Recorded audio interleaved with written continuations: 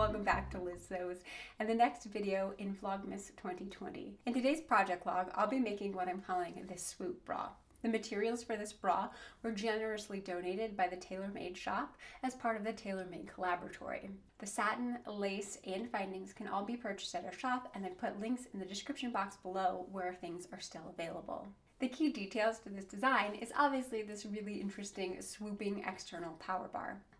If you're interested in learning how to make a pattern for this, I have a video already up on my channel and I'll link it in the iCards above. That video only includes the pattern, and I've tried to include some information in today's project log on the construction notes of how to incorporate it into your bra. It's actually a really simple technique, and once you've got it basted to the cups, you just treat it like any other bra you've been sewing. So for my example here, I've used lingerie satin, which has a really luxurious, nice sheen to it, but I have to admit that I've also made this up in micro duoplex from Bra Builders, and I think it looks equally stunning as well. I think that this is a design that can really have a lot of interest and intrigue to your bras. You could use contrasting fabric for different inner and outer cups to give a really unique look. One downside I would say to this bra is the lace is a little bit sheer, and I don't love how things can sort of be seen from the outside. I think it distracts from the design. If I had to do it over again, I would probably use a more opaque lining material in the inner cups. Let's get into making the bra. So to start out, I have all of my pieces cut out. I've decided to do the frame and bridge in the satin. And then I backed it in sheer cup lining. So I've cut all of those out in satin and sheer cup lining. And then for the interior cup, I cut the bottom out of the lace in sheer cup lining. I'm not going to line the top of the lace. I don't know if that's a mistake. We'll find out. You know, a lot of my bra sewing is just trial and error.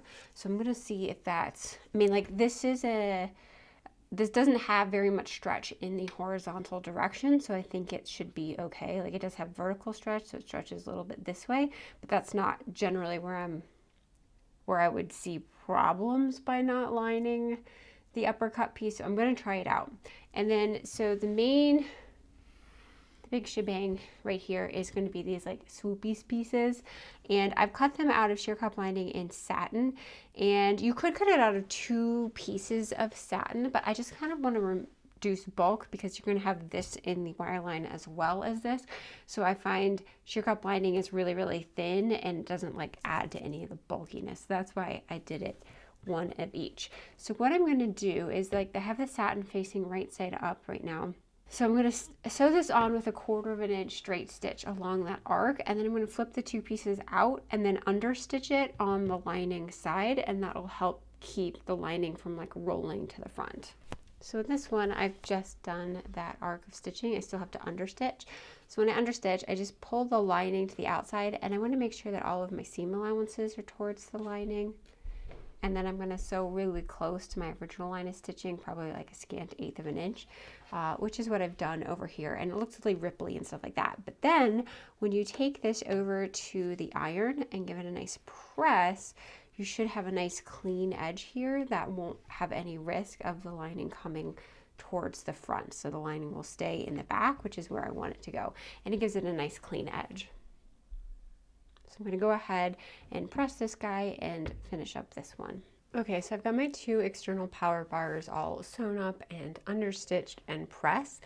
And I've gone ahead and sewn together my like undercup the same way. So this is just, you know, exactly as written on the pattern. And then what I'm going to do is combine these 2 here and baste them together. So I like to match up my underarm point and then, you know, pin baste up this way and around the wire line curve. And I'm probably going to sew this into place with inside the seam allowance, so about at an 1/8 of an inch, just to make sure that everything stays in place.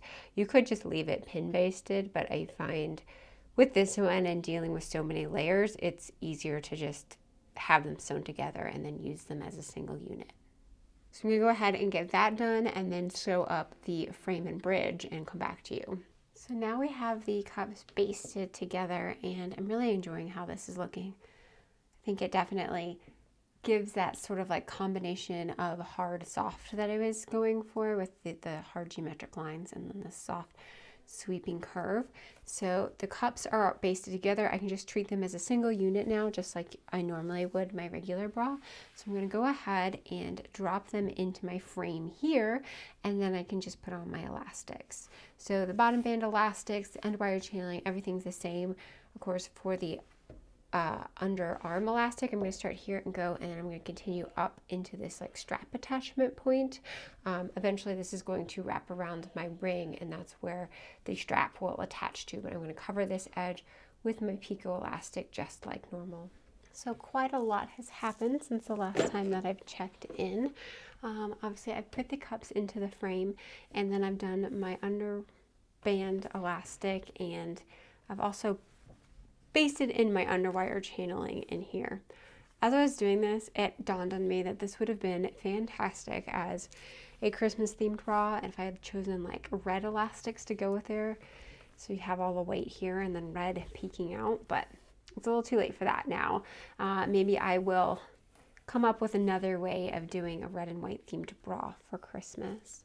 But all in all, really enjoying how this is turning out. I think it's looking exactly how I expected. So let's see, next steps is just top stitching down my underwire channeling and then my underarm elastic.